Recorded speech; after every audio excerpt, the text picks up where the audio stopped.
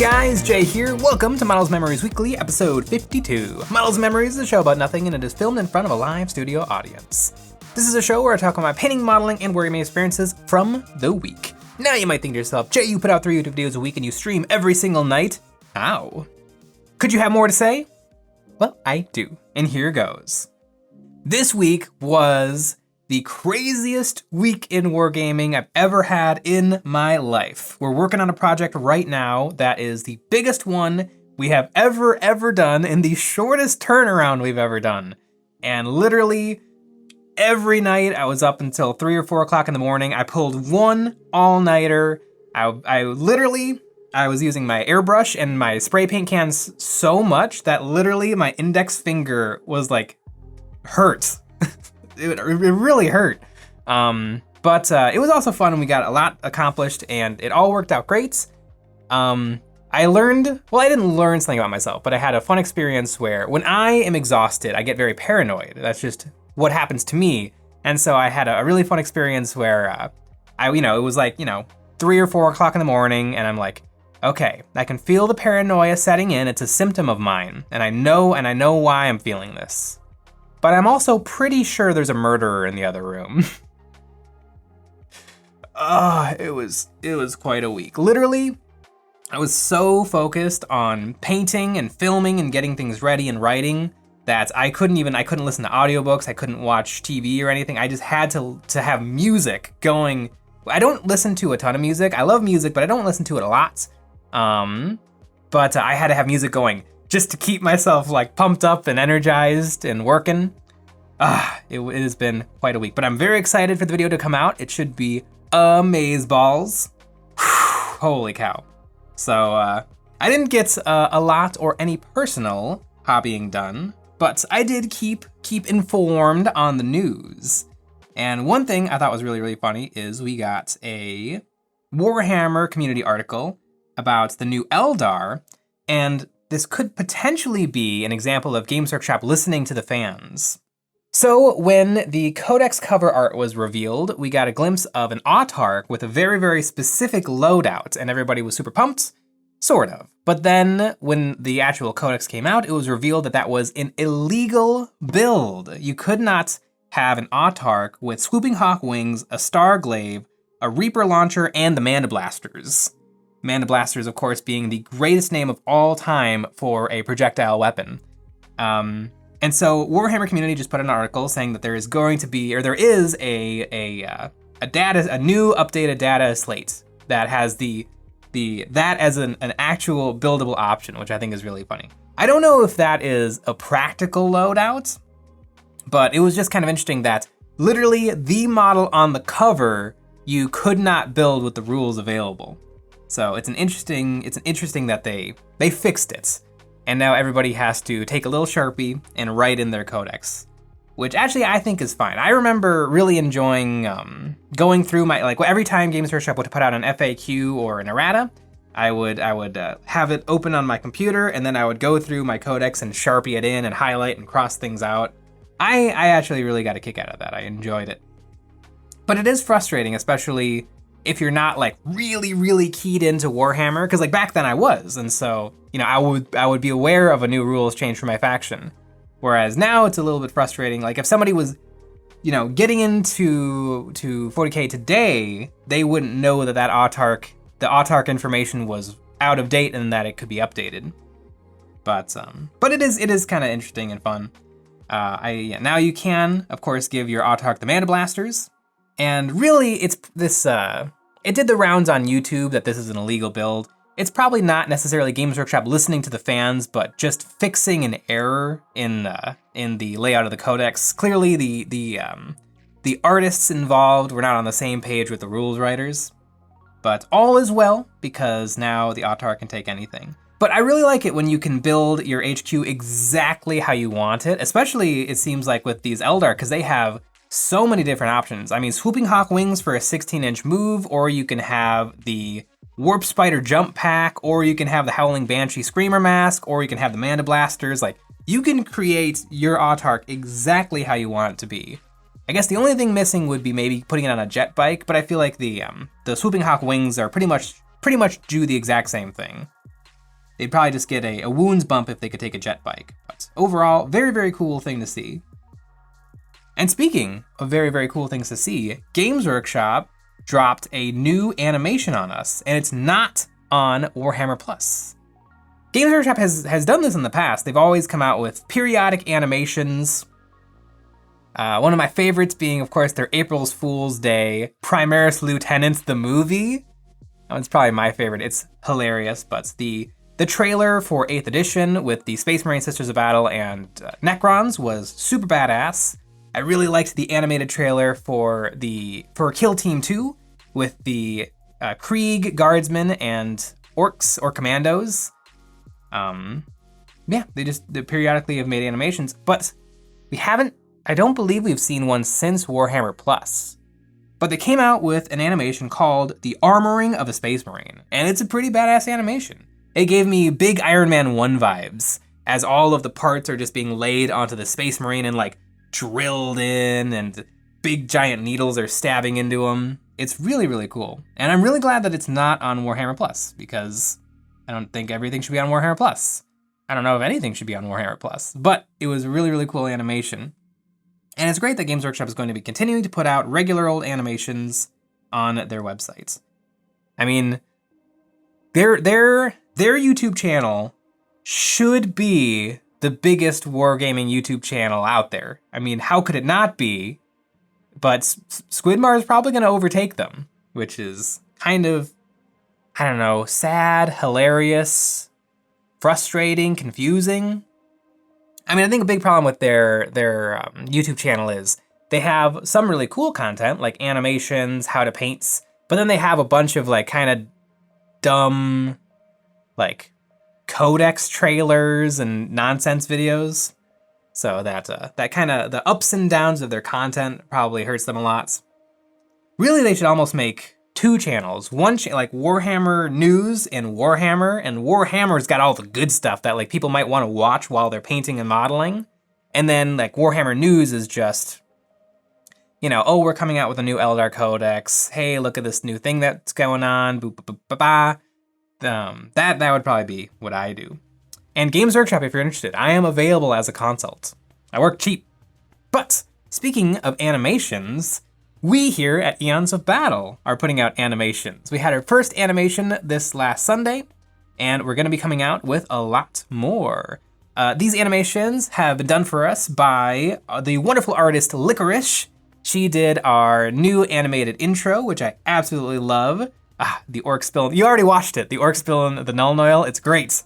I absolutely love it. But animation is really hard. It's crazy. But I've really been enjoying it. We've got lots and lots of fun little skits and ideas planned. And yeah, we're definitely going to be coming out with a lot more. But I hope you guys enjoy. I hope you guys enjoyed the one on Sunday. If you haven't seen it, please go check it out. And I can't wait for you guys to see the next one. It's really, really good. And if you guys have ideas for other little funny skits or anything, you can leave it in the comments below, and maybe one day you'll see it animated, all up nicely, and yeah, animation is just fun. Animation, I think Games Workshop 40K is a really, really good environment for animation, because animation is by definition kind of surreal. It's like a different take on reality. Like, I don't think anything 40K should ever be live action. I feel like years ago, there was talks of doing an Eisenhorn TV show that was live action. I'm so glad it looks like that is not happening, because I don't want to see Inquisitor Eisenhorn walking around a TV budget set. It just wouldn't work. 40K is so larger than life. I feel like animation is the perfect environment for it. And so we are going to do it. I know Games Workshop asked very politely to not make animations, but we're gonna do it.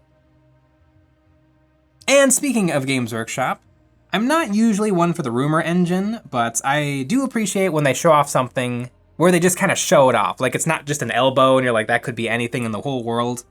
But they showed off a new thing, and that is a spear with a grenade. Or it just is the Atlan Rough Riders. Like, there's not too much else it could be. I assume it's them because of the type of grenade. It's a frag grenade, and like the way the spear is shaped.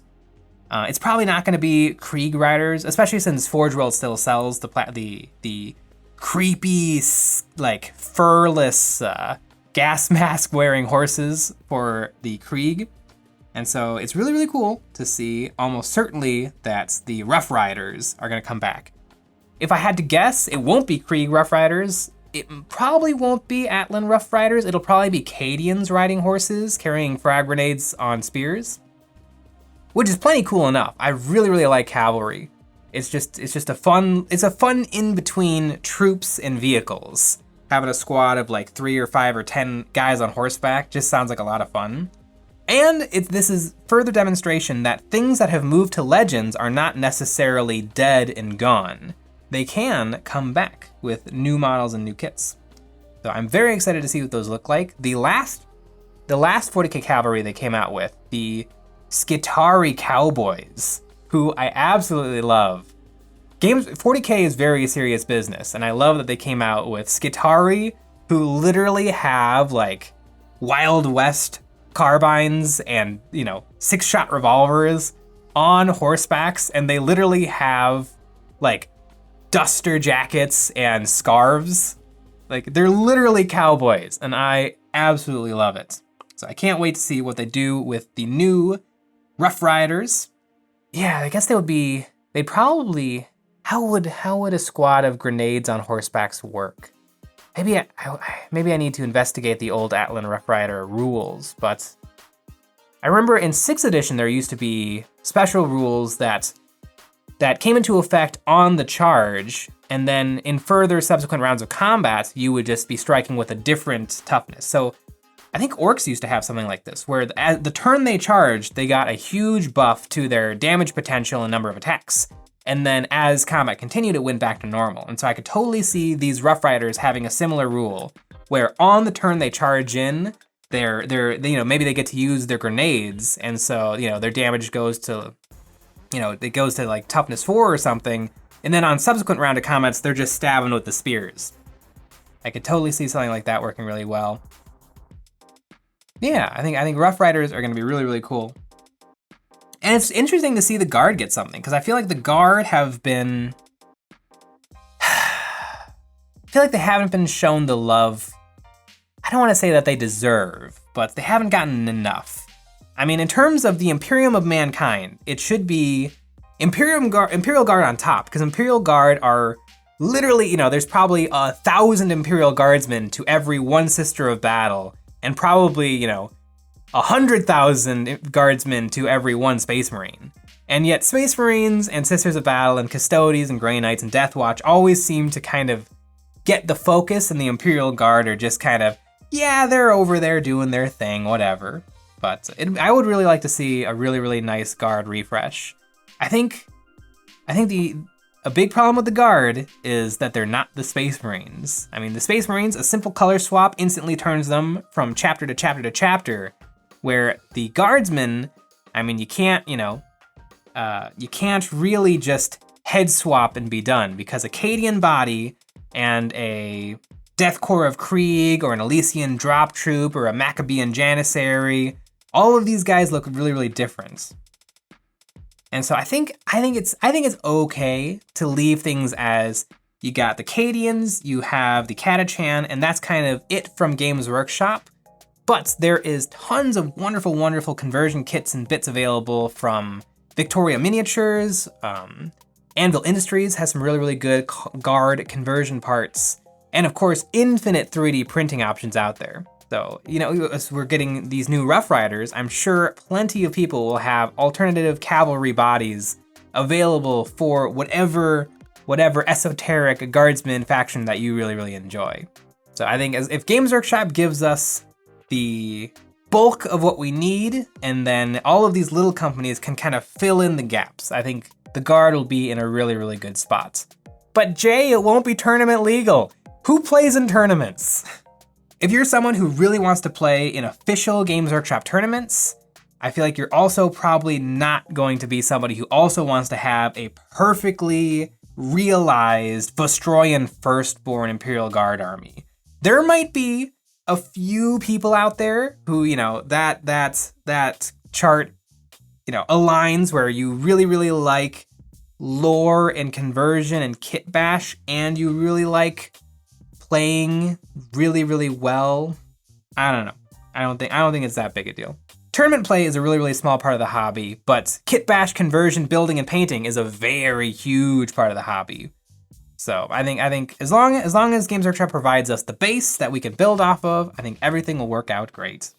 And in the news of my favorite game, Kill Team, there's been another White Dwarf team, and it is the Harlequins, which is an interesting choice. Harlequins were in a strong but frustrating spot when it came to the index rules because a Harlequin kill team consisted of 8 operatives, 7 regular Harlequin players, and 1 Harlequin leader. Now there's going to be White Dwarf rules, and the full rules haven't been revealed yet, but you're going to be able to swap out 2 players for some special guys, kind of like the Wormblade kill team that we saw for the Genestealer cult. And so you're going to be able to bring Death Jester or Shadow Seer, which are 2 redonkulously cool looking models. I've always really, really loved the Death Jester. It's just a really, really cool model. I love him perched on that little piece of masonry with his super incredibly long shuriken catapult. It's a really, really cool model. The Harlequins in Compendium are really, really strong, so it'll be interesting to see exactly what they get in terms of new rules, because I can't imagine them getting much stronger, but it'll be really interesting to see what kind of rules that Shadow Seer and Death Jester gets and what they bring to Kill Team.